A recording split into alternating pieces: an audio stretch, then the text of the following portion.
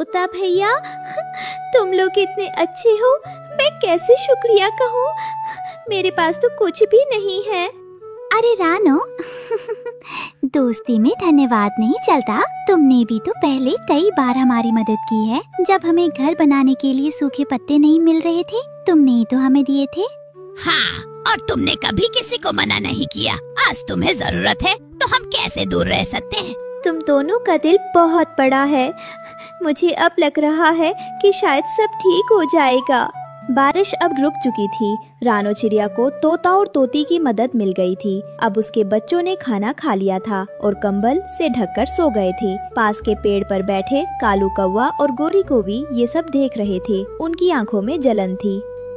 देखो जरा, ये गरीब रानो अब हीरो बन रही है जंगल में। सब इसकी मदद कर रहे हैं। ये तो हमारे लिए शर्म की बात हो गई। हाँ, पहले तो इसे कोई नहीं पूछता था। अब देखो कैसे सब इसे दाना पानी देकर इसके साथ खड़े हो रहे हैं। हमारा मजाक बन जाएगा अगर ये ऐसे ही सबकी दुलारी बनती रही। हमें कुछ करना होगा, ऐसा कि ये दोबारा सबसे मदद मांगने लायक भी ना रहे। क्यों ना हम जंगल में सबके सामने रानो की बुराई फैलाएं। बहुत सही कहा। और अगर मौका मिले तो इसके घोंसले में कोई गड़बड़ कर देते हैं, ताकि सबको लगे कि ये झूठ बोल रही थी। तब कोई भी मदद नहीं करेगा। वाह कालू, तुम तो सच में दिमाग के बादशाह हो। रात का समय था। जंगल में सब सो रहे थे। ठंडी हवा चल रही थी। चुपचाप कालू कौवा और गोरी कोवी रानो के घोंसले की तरफ उड़कर आए। उनके मन में बुरी योजना थी। वे रानो के घर में से दाने चुराना चाहते थे और बाद में सबको बताना चाहते थे कि रानो ने दाने चुराए थे।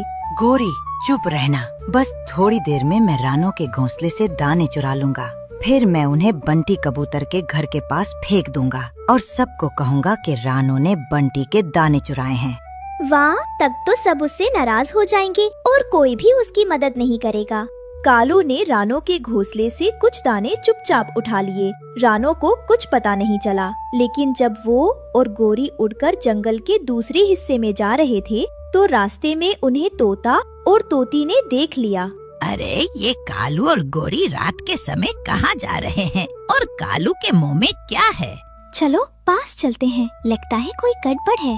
तोता और तोती चुपचाप उनका पीछा करते हैं। तभी वे देखते हैं कि कालू मुंह में दाने लिए हुए बंटी कबूतर के घोंसले के पास जाकर दाने गिरा देता है।